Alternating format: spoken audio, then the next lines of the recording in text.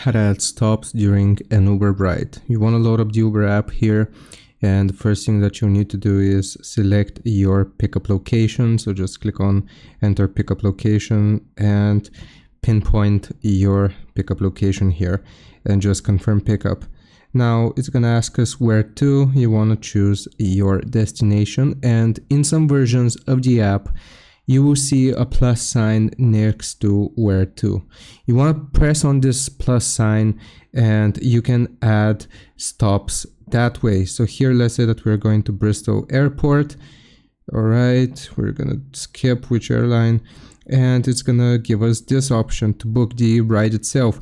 And like I said, you will see a plus sign there. You want to press on the plus sign, and then you can add another stop again by choosing or setting a different location. So I hope this helps. Leave a like and sub. I'll see you next time.